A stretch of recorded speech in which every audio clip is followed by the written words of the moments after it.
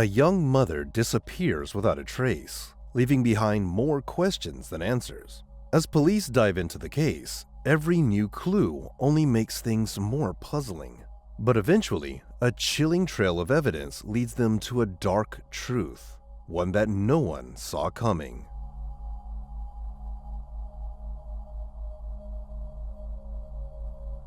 Ashley Mead was born on November 14, 1991, in the small town of Warren, Pennsylvania. She grew up in a big family, surrounded by siblings. From an early age, Ashley had a deep love for all things creative. She was passionate about singing, poetry, and fashion. She was also a huge nature lover and always dreamed of traveling. Over the years, she explored almost every state in the US and even visited Canada and Mexico. After finishing high school, Ashley moved to New York to study liberal arts. Later, she transferred to Louisiana State University in Shreveport. That's where she met a guy named Adam, and the two started dating. For the next few years, Ashley stayed focused on her studies until her life took a sudden, devastating turn. She was in a serious car accident, which led to a long and difficult recovery. And even though she eventually managed to get back to her normal life, she now had a new problem: medical bills. The debt piled up during her treatment, and she had no choice but to drop out of school and start working full-time. Around that same time, things between her and Adam started falling apart. Eventually, the two decided to break up, but almost immediately after that, Ashley found out that she was pregnant. Despite everything she had been through in the past few years, she was overjoyed and couldn't wait to become a mom. She also wanted her child to grow up in a two-parent home, so she and Adam agreed to co-parent their daughter. By then, Adam had moved to Boulder, Colorado to study culinary arts and become a chef, and Ashley decided to follow him there. Ashley and Adam rented an apartment in a small residential complex, and before long, their daughter, Winter Daisy, was born. Even though they had decided not to get back together, they were both completely devoted to their little girl, sharing the responsibilities of raising her and giving her all their love. A few months after Winter was born, Ashley got a job as a teaching assistant at a preschool. Later, she joined an organization that helped children from low-income families get ready for school. The work was tough, but Ashley had a natural way with kids. They loved her from the start. This continued until February 2017. By then, Ashley was 25 years old, raising her one-year-old daughter and working with kids. But on February 13th, she didn't show up for her shift. Her coworkers found it odd. They tried calling and texting her, but she never responded. The next day, when she missed work again, one of her colleagues decided to contact the police. She asked them to check on Ashley and her daughter to make sure that they were okay. The local police department sent officers to her apartment complex. As soon as they got there, they noticed a few strange things. The outdoor lights near the entrance were on, even though it was the middle of the day. The front door was unlocked, so the officers stepped inside. But there was no sign of Ashley, her daughter, or Adam. As they looked around, more red flags popped up.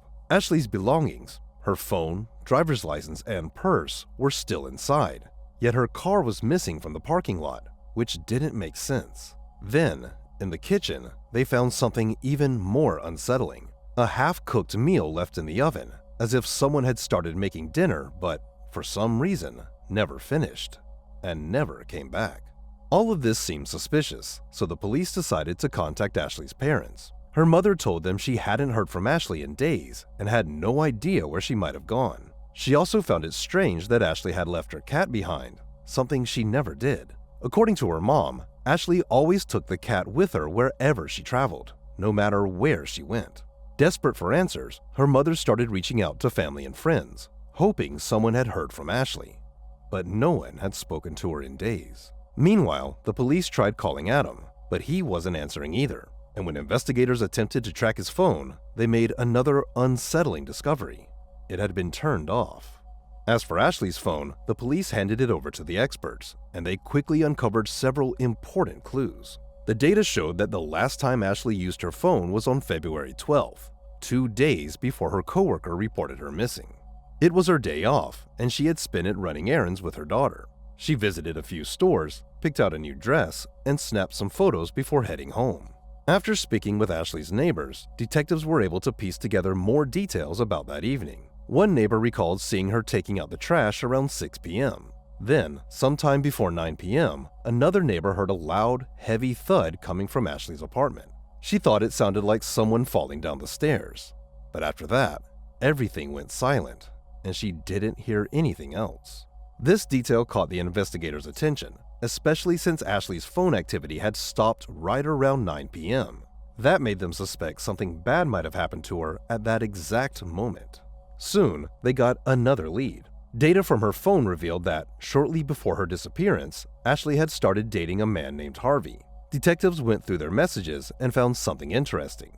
His text gave off a suspicious vibe, and that was enough for police to want to talk to him in person. When officers showed up at Harvey's house, he allowed them to search the place without a warrant. He insisted he had no idea where Ashley was and claimed he hadn't spoken to her in days. According to him, on the night she vanished, he was hanging out with friends, and his alibi checked out.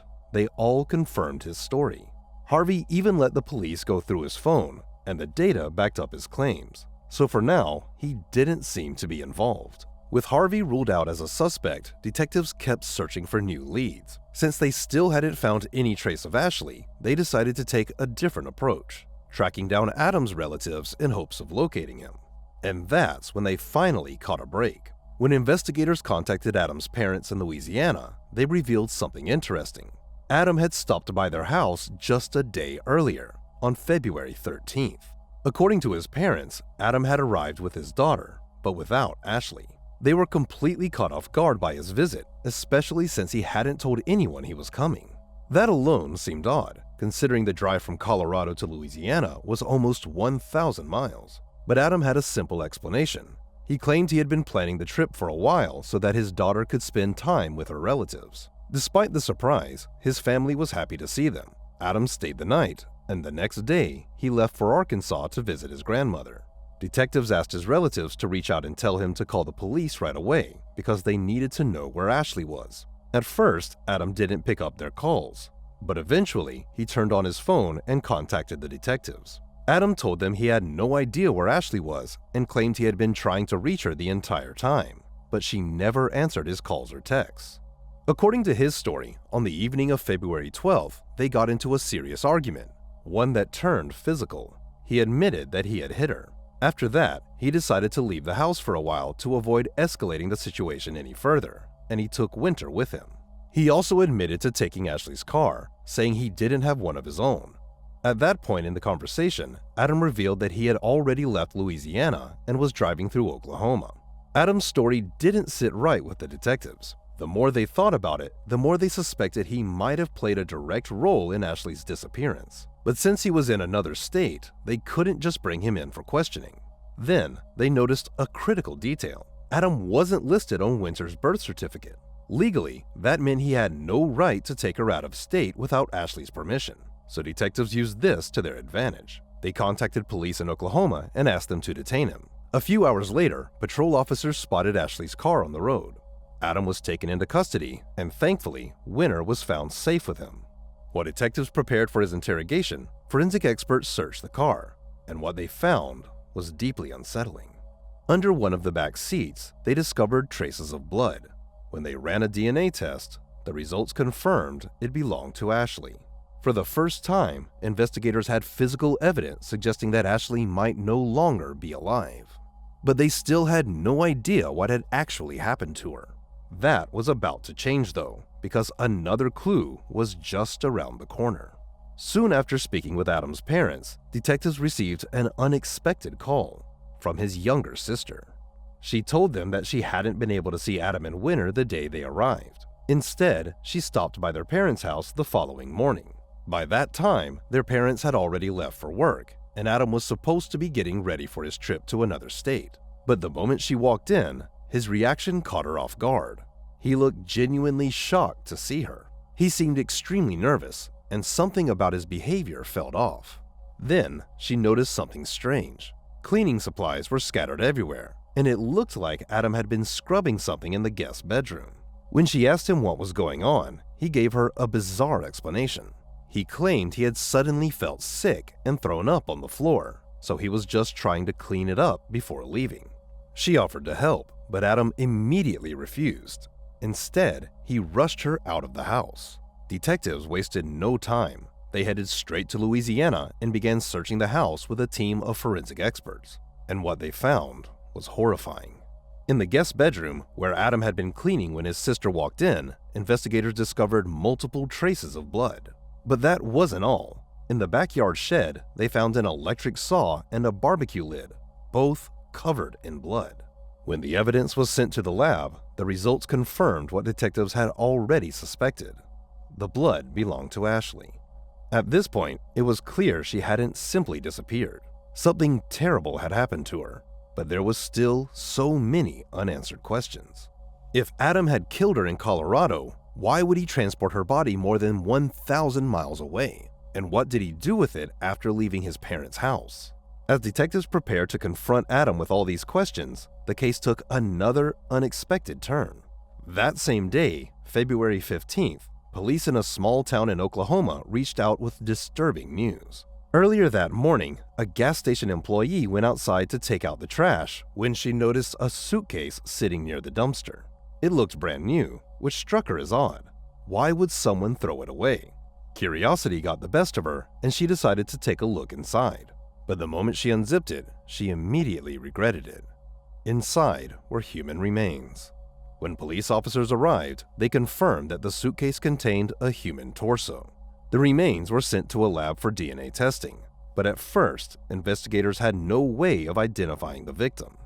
Then, word began to spread about Ashley's disappearance. Oklahoma detectives connected the dots and reached out to their colleagues working on her case. They shared the DNA sample from the torso, and it was a match. Investigators requested surveillance footage from the gas station, specifically the cameras covering the dumpster area. What they found was exactly what they expected: footage of Ashley's car pulling up. Adam stepped out, carrying the very same suitcase, and left it next to the dumpsters before driving away. With this, detectives were finally able to piece together a chilling timeline of what likely happened to Ashley. Based on all the evidence, they believed Adam had killed her on the night of February 12th while they were at home. After that, he came up with a plan. Visiting his relatives would give him the perfect cover to get rid of her remains in multiple states, making it harder for police to track them down. Since Ashley's blood had been found inside his parents' house, detectives suspected Adam had transported her body there. He waited until his parents left for work, then used their electric saw to dismember her remains. After that, he hit the road, dumping pieces of her body along the way. This realization made one thing painfully clear: Adam could have stopped anywhere along his route, which stretched for hundreds of miles. That made the search for the rest of Ashley's remains incredibly difficult, but detectives weren't ready to give up. They carefully reconstructed Adam's travel path, tracing his journey from his parents' house to the spot where he was arrested. Their goal was to find more surveillance footage that might show him disposing of additional remains. Eventually, they found what they were looking for: CCTV footage from a gas station in the small town of Morrilton, Arkansas. The video showed Adam throwing something into a dumpster, but there was a major problem. By the time investigators discovered this, the dumpster's contents had already been taken to a landfill.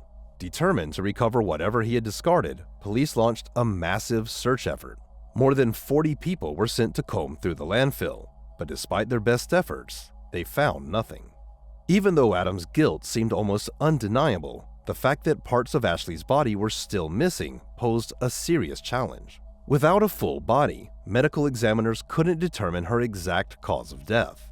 The torso showed some cuts and abrasions, but these injuries had been sustained while she was still alive, likely as she fought back against her attacker that night. As for Adam, he stuck to his story. Even when detectives laid out all the evidence in front of him, he refused to confess. He insisted that he and Ashley had argued, and he had simply left with their daughter, that she had been alive when he last saw her. But with the overwhelming amount of physical evidence against him, detectives didn't need a confession. They arrested Adam and charged him with murder. As prosecutors built their case, they uncovered another damning piece of evidence: Adam's personal journal. Inside, he had written about wanting to kill Ashley long before it actually happened. His journal revealed deep resentment. He believed she was only staying with him for the sake of their daughter. And in a way, he wasn't wrong. Ashley really was living with him just for winter, but that had been their mutual agreement from the start. Still, Adam had wanted more from their relationship. while Ashley didn't feel the same way. At the same time, he wrote extensively about how much he loved his daughter and how terrified he was that Ashley might take her away from him. According to the prosecution, this was the breaking point for Adam. They believed he was jealous that Ashley had started seeing someone new, even though their own relationship had ended nearly 2 years earlier. More than anything, he feared she might leave him for good, taking their daughter with her.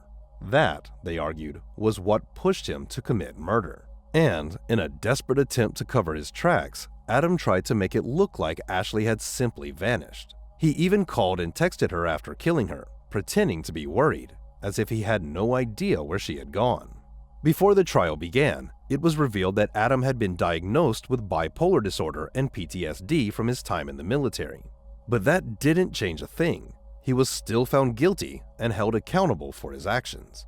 In April 2018, a jury unanimously found him guilty of murder. He was sentenced to life in prison, plus an additional 12 years. Adam later tried to appeal the verdict, but his request was denied. To this day, he remains behind bars and still refuses to reveal where he disposed of the rest of Ashley's remains.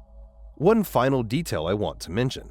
After Adam's arrest, Winter was placed in the custody of Child Protective Services, despite both sides of the family wanting to take her in. What happened to her after that remains unknown, as authorities have kept this information private due to her age. So, all that's left is to hope she was eventually placed with relatives and not left in the foster care system. Share your thoughts on this story in the comments section, and don't forget to press the like button if you enjoyed my video. Thank you for watching.